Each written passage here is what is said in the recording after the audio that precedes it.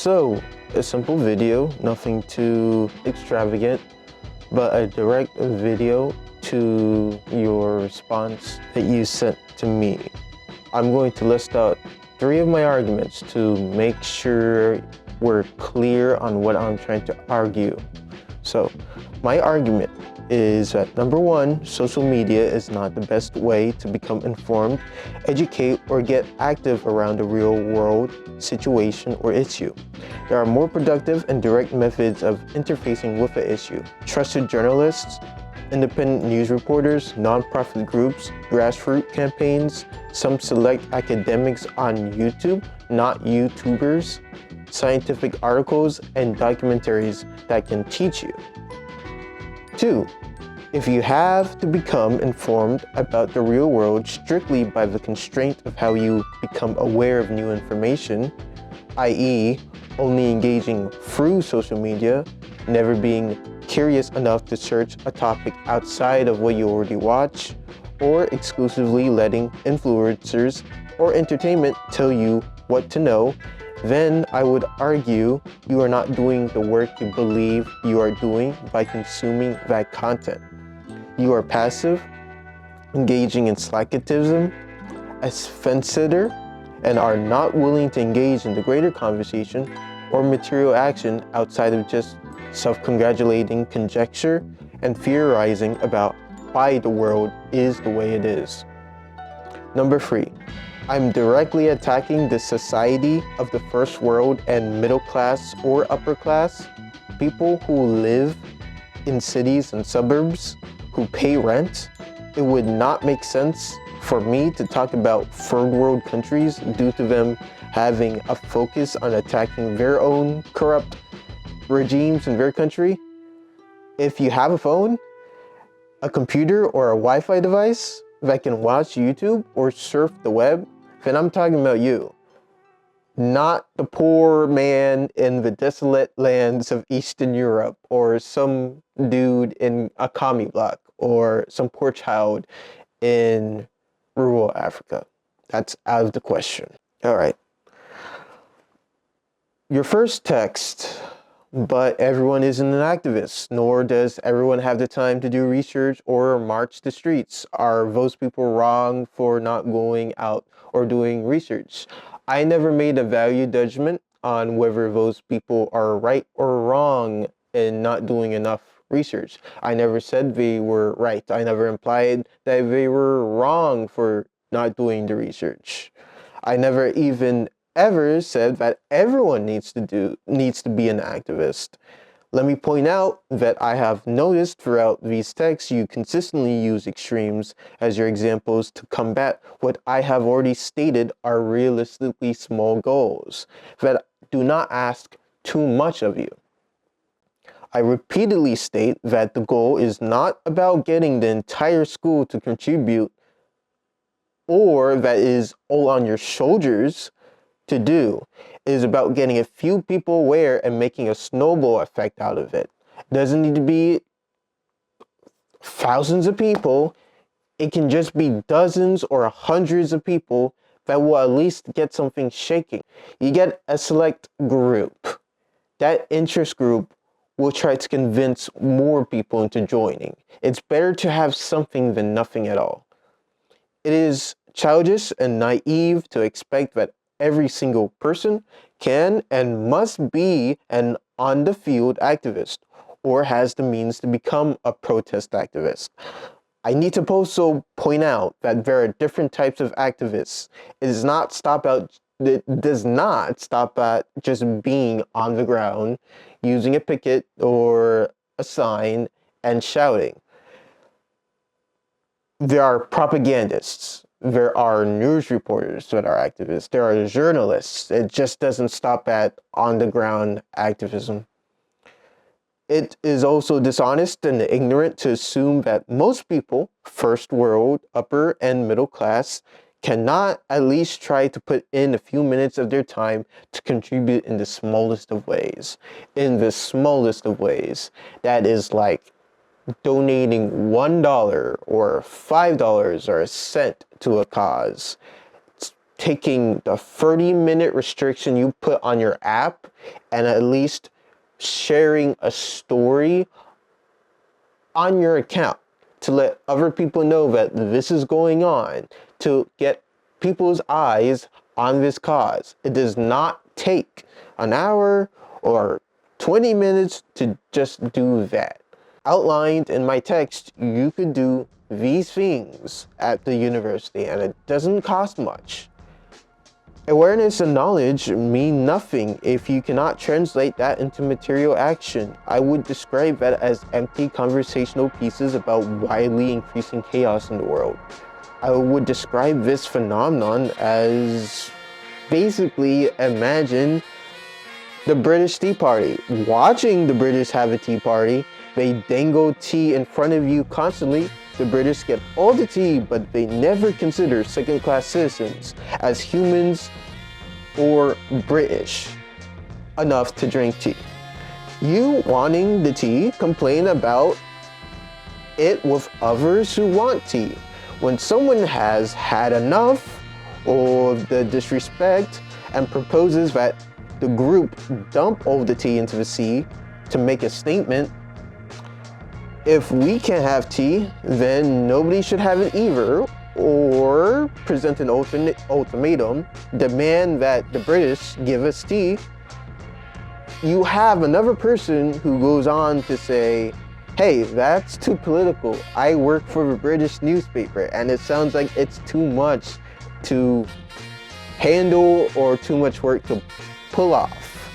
And it's like everyone else in that group says, oh, that dude's right. We probably shouldn't, rock the boat too much because, hey, we work for our overlords. We don't want to rock the boat because we want tea and we want to be treated more than just second-class citizens. So, hey, let's just, not worry about it. I'm sure America wouldn't have been America if they didn't take the decision to be radical or didn't take the decision to protest by throwing tea overboard.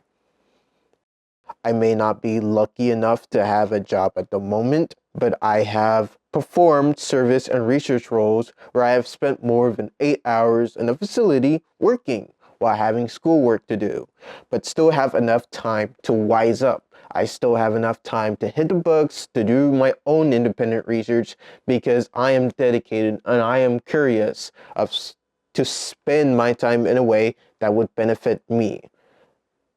This part of your text gets me extremely upset, not with you, but your mindset and your character.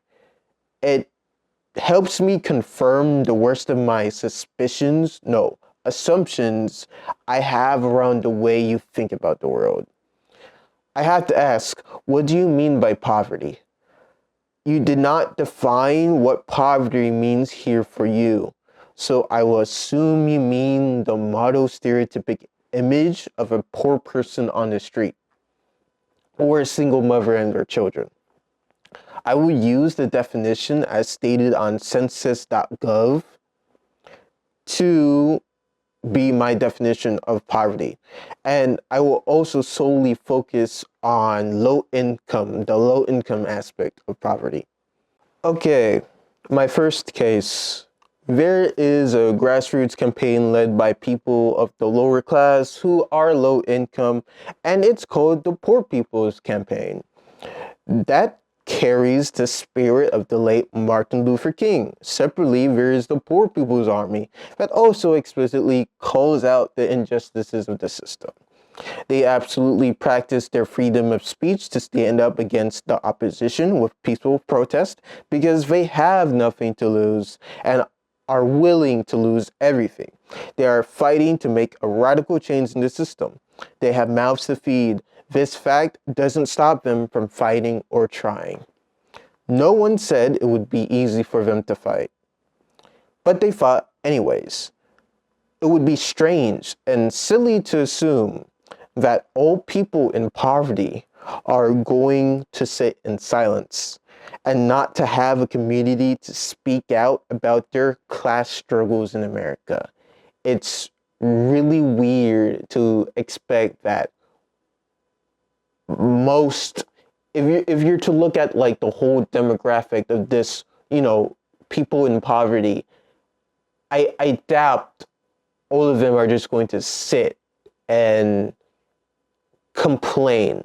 They're going to go out and march to make sounds, because if they don't, nobody will speak for them.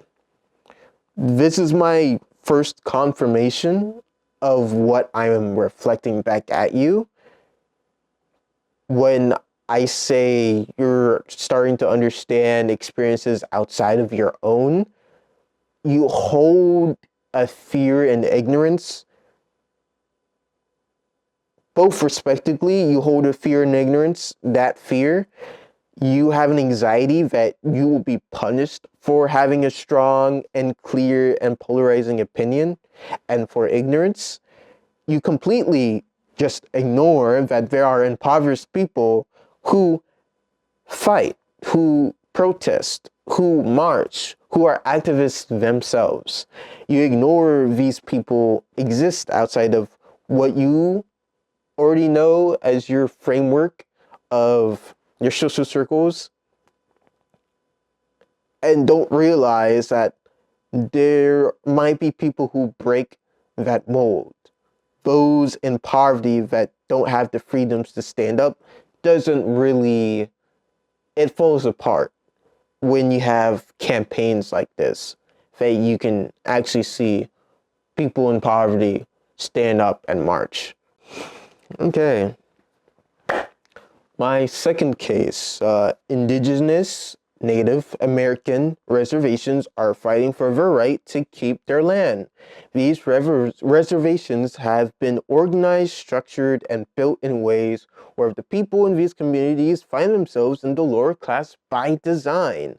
They are poor, they are depressed, and at the same time are physically poisoned by the very corporations who destroy their lands. They have children to feed as well, but they keep fighting for their land rights not to be taken away from them. Because if they don't do that, they will have nowhere to go and nowhere to live. If they don't march, if they do not fight, who will fight for them? Who will speak for them? If they do not say anything, they will never have a chance to say anything at all again. A big example of what's going on currently right now is Oak Float and Nylene Pike. Nylene Pike is a good example of perseverance despite material disparity. Quote, at the age of 13, Pike was one of the youngest people to ever testify before Congress when she spoke out against mining at Oak Flat, an Apache sacred site. Today, she continues to fight for environmental sustainability and indigenous rights at local, state, and national levels, battling corporation and political leaders through indigenous spirituality. She firmly believes that the youth today gives us hope for a better world for future generations. She is now 23 and still going hard. Here's her video interview on Channel 5 about the struggles her community and herself must endure despite fighting for their cause to be activists. I'm sure that these people have children to feed, but it's like, dude, you just don't, you just don't sit and do nothing about it. You fight despite being hungry. You protest despite not having the materials to live. It's insane to imagine that you may have not said all, but you did a whataboutism and said, what about the people in poverty? But it just assumes that you think all people in poverty can't march. It's silly to think that isn't the case. That those people in poverty are the exception. I believe you bring up the people in poverty argument to guilt trip me. I personally think this is a uniquely Christian argument. Fortunately, I lack empathy for nebulous examples I cannot observe. I taught myself to look at the material world first before arguing from whatabouts and what ifs. Throwing out a random example is not going to make me feel bad. What it is going to do is make me feel the urge to double down and question if you are arguing in bad faith. This confirms my second assumption about you. Is this statement a confession of why you specifically do not make a leap to action? Because if it is, that's perfectly fine, but you shouldn't be throwing these examples to protect your shortcomings. Low-income households and low-income citizens are not babies. They are not helpless. They are not a monolith. A good number of them will fight because they are aware of their unique class struggles. They are hurting from that class struggle. They are fighting on behalf of people like them. They are representing people in poverty. These people did the work, they did the research by going to whatever resources they had. I promise you, they probably have iPhones and technology and local libraries to use to educate themselves. It's not as bad as maybe you were projecting. If I were to look at your mouths to feed argument from a surface level view and to take it to the extreme, I would also present my third case, and it's the Diddy defenders. As Diddy's court case was moving along, we saw reports of Black Americans who were allegedly paid to wear free Diddy shirts outside of court hearings. Excuse me, paid to wear 3 Diddy shirts. I beg your pardon, my man. Now, whether a person looks as if they're in poverty is subjective, but I am hard pressed to not notice that their general mood, emotions, and vibe does not evoke feelings of individuals who need these people don't look like they're well off, is what I'm trying to say. They do not evoke feelings of people who are stable. They do look as if they are willing to do anything to get paid to survive for the next day. Why, I have to ask, why are you here for a man who doesn't know you? I would also ask, don't you have kids to take care of in the same vein? It's weird. You can support and protest for Diddy, but you also have children at the same time. It's if I were to look at your argument in an extreme and surface level way, I would also bring up this case because it doesn't make sense. It really doesn't make sense. If you can protest for Diddy, then you can pretty much protest for any random thing if you're low income or in poverty. So I don't understand why people in poverty can't protest for their own rights, for their own justices. These groups of people made the decision to be activists for a free Diddy cause. You mean to tell me people from out of nowhere came out of the woodworks to celebrate and defend Diddy and get paid for protesting and being activists for a man's freedom, but the simple working class American can't spare the time or risk being an activist for real world issues on that matter? in your case, not for George Floyd, but for Diddy, not for Palestine or the Congo, but just to be in their own bubble. This is something, there is this energy around the Black American mentality that's not adding up for me in this particular case. I think it's a bigger issue than just poverty.